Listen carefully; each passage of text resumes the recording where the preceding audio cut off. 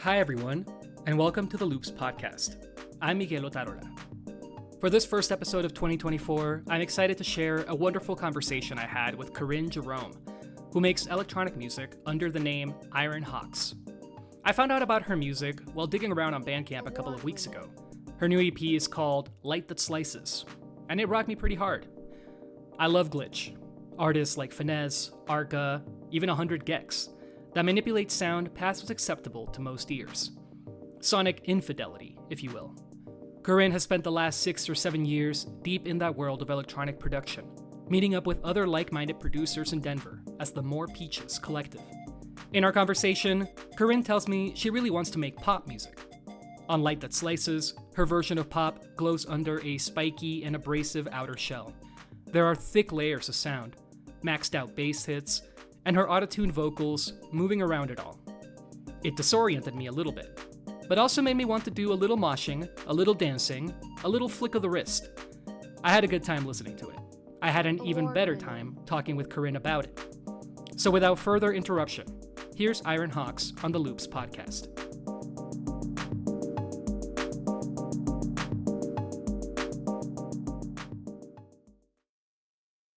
Hi, this is Miguel, and I'm here with Korinne Gerome of Iron Hox. Hi. Hi, it's a pleasure to be here. Yeah, where are we? We're in Cheeseman Park outside of the fountains. Can you tell us the name of the EP? It's called Light That Slices. Light the Slices.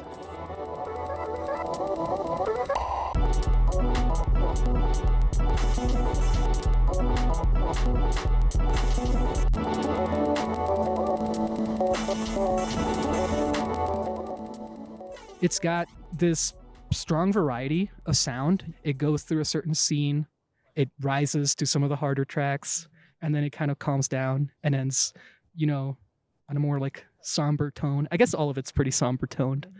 For sure, yeah. No, I think that somberness that is kind of inescapable, no matter what I try to do, it's always just like a part of things. It's a lot of my music that I made in the last year was did address like a lot of very personal stuff, and it was went to some pretty low lows. And so with this one, I was definitely trying to kind of rebound from that a little bit, and it's I have more fun with it, because that's definitely a big part of why I make stuff is the maniacal laughter that I get from hearing a sound that I've never heard before, that just rocks me to my core. It's whoa, this is just sick. So that, it was definitely an effort to make more fun music, and there's always gonna kind of be that little bit of shade in there, I guess, or somberness, but ultimately I wanted it to be this ecstatic, euphoric, and just kind of emergent listen, I guess, coming out of my last few projects.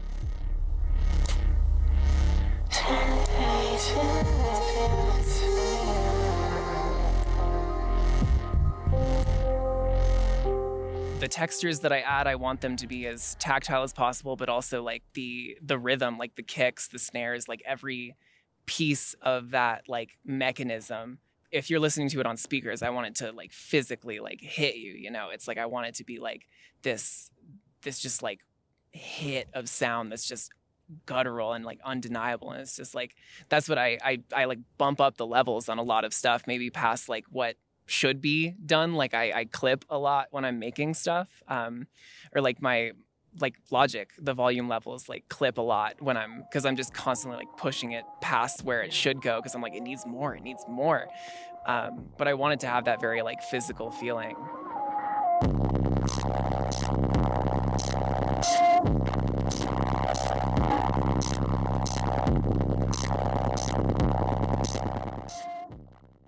Yeah, I would say that glitch is definitely a big aspect of it, but ultimately I want to make like pop music, it's like I want it to be like so torn up and so like far removed from pop conventions, but I also want it to like read as like catchy and poppy, and so like I guess like glitch is just kind of like it's an overarching term that it's like a broader term that I've settled into, because it just kind of like allows me to kind of do whatever, and it kind of all factors into this like error, I guess, like this error mentality or error philosophy, and just like the textures that you can get out of like computer noises and found sounds and whatnot.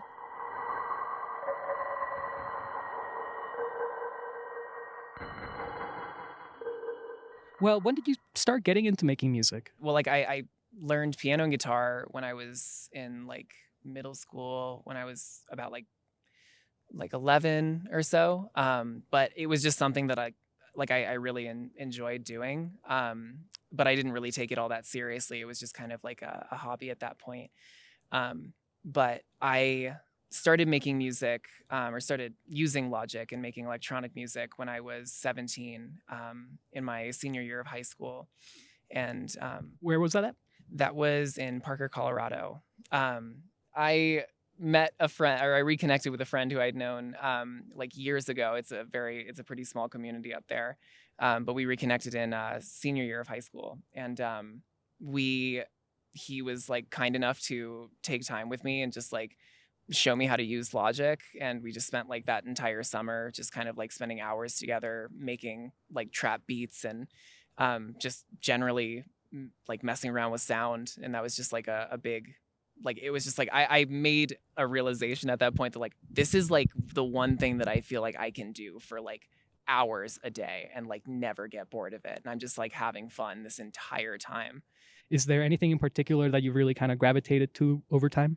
Like genre wise, or I would say industrial music is like a big one that like has kind of followed me. Anything with like distortion, like crunchy electronic music is kind of what I call it, because it's just like it's just that sensation that you get from like listening to really compressed drums or like really like big walls of distortion and effects. I've tried to apply that in so many different contexts, and it's just something that constantly like hits me. Like as soon as I hear it, it's just like, oh my, I'm just like filled with energy. And a lot of the times it's like such a negative, or it's used in such like negative applications, like industrial, or just like, there's a lot of like stuff about like misanthropy and just like the human condition of like suffering and stuff. But it's like that, when I hear that sound, it doesn't always necessarily like communicate just like aggression, rage, and like sadness. It's like I feel like it can be more cathartic than that.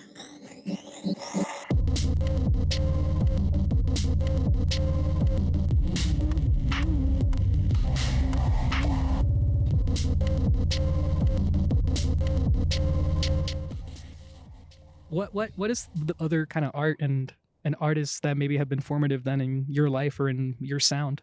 I would say that like Arca is definitely up there for sure. Like she was one of the first experimental musicians that I listened to, and just the amount of versatility that she has. And also like after doing some more research on her early on and like being like, oh my God, she's everywhere. Like she's had production credits on like FKA Twigs records, on Kalela, on Yeezus. Yeah, like she just kept popping up like everywhere. And it was like, I love how like she still does like tear up conventions of like pop music and now like reggaeton with like the Kick series, but like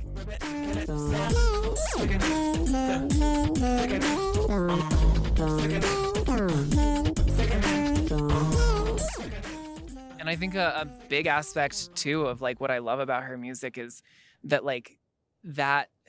it still does read as like pop, it's like there is still like there's melody in there, there's like these rhythms, even though they're kind of all over the place and messy, but it's like it's catchy, it's danceable, and at the same time it also feels like you're like a living thing. With Sophie's music too, I feel like with like off of Pony Boy and Face Shopping, like those vocal effects that she puts on there where it sounds like her voice is like melding into the beat itself, like it just feels like a complete, like either like an ecosystem of a bunch of different like creatures working together to make this like system that's producing the sound, or it just sounds like one like behemoth of a creature that's just like completely unified with like everything going on around it, you know?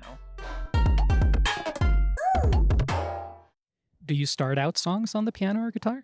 It varies from project to project. Like sometimes I'll start with a vocal, sometimes I'll start with a just a cool sound, but generally it's just like, oh, like I wonder if I can make something out of that. Like that's a really cool sound. So yeah, that's generally how it starts. I saw on the Bandcamp liner notes that you wrote that it's also maybe the last project on your MacBook. Yes. Yeah, unfortunately, my computer is going on 10 years now. And I spilled an energy drink on top of it not too long ago. And so it started to rapidly, like I have it plugged in and it will stay at that percentage, but it's like slowly started to eke down. It's just like the countdown to its death. And it's just like, I was like just trying to make as many tracks on it as possible before it crashes. Yeah, it's like, it's sad. I'm like I didn't, is it like weird to be like emotional about losing a computer and in this way? But like that computer I have made like everything on, which is kind of why I'm so like attached to it. How much total music? I have, I mean, like aside from the things that I've released, there's probably, not even kidding, like hundreds of tracks that have come out of that computer, if not like, yeah, it's too much to count at this point. Like between just like one-offs, like little experiments that I did when I was first starting to make music, and then just like tracks that kind of materialized around different projects that I didn't want to release. Like and then just little sketches that like never really led anywhere. Like there's so much music that has come off of that computer. It's ridiculous. It's allowed me to have like a lot more catharsis. And it's like, I'm just grateful to it for that, you know, even though it's an inanimate object. It's like, I'm grateful to you for like giving me this ability to do this. But yeah, need to get a new computer soon, very soon.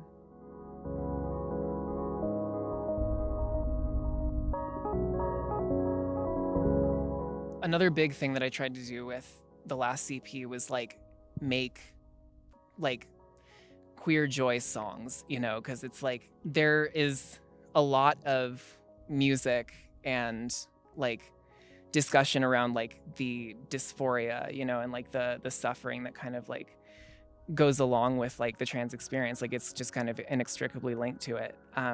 I was having a hard time like finding artists that are like expressing like more joy about like the queer experience, you know, and about like the trans experience specifically. So with this project, like I just wanted to make things that sounded like, hey, like we made it, like we're gonna be okay, you know. It's like, I mean, things are still horrible, you know, and they're like, especially with like all the laws being passed in like the southern states and whatnot, it's like, it's scary. And with the election coming up, it's scary. But it's like, I don't think that like I said in the note, you know, it's like, I don't want like suffering and fear to like define my experience, you know. And like there has been a lot of good that has come out of it, and I kind of wanted to like focus on that.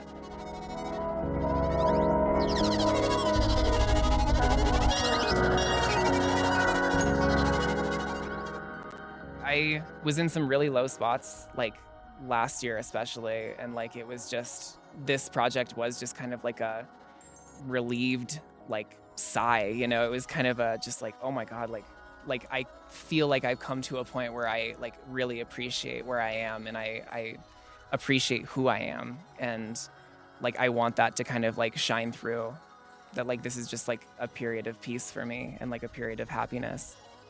And especially since like meeting my girlfriend, you know, and it's like just like finding that community and more peaches, you know, like there's just been a lot of like coalescing, I guess, and just kind of like more peace and joy, I guess.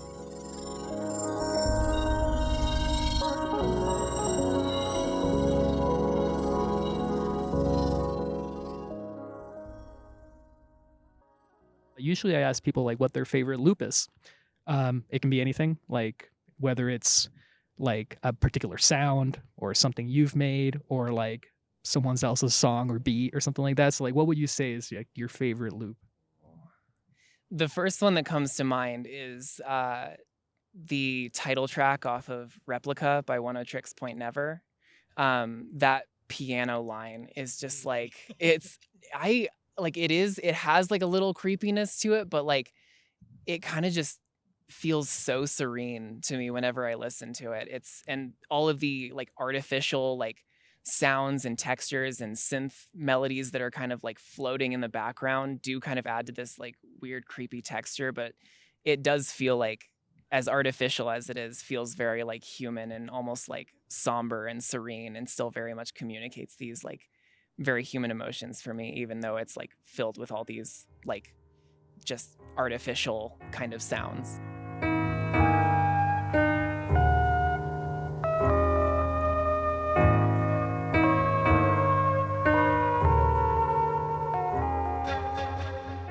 I guess the other one would probably be the horn sample in Off Me by Slauson Malone. That is like, it just beautifully like leads into this massive bass hit. Like it's this like floating, just gorgeous like soul sample that just keeps like repeating, but it like leads so fluidly into just this like hard as hell, like just bass hit. It's beautiful.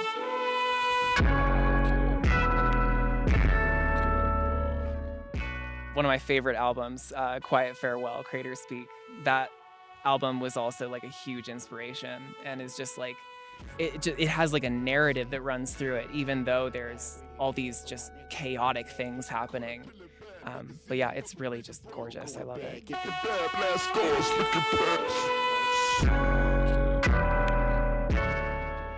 Iron Hox, Korinne, thank you so much. Thank you, Miguel. Thank you for having me. I appreciate it.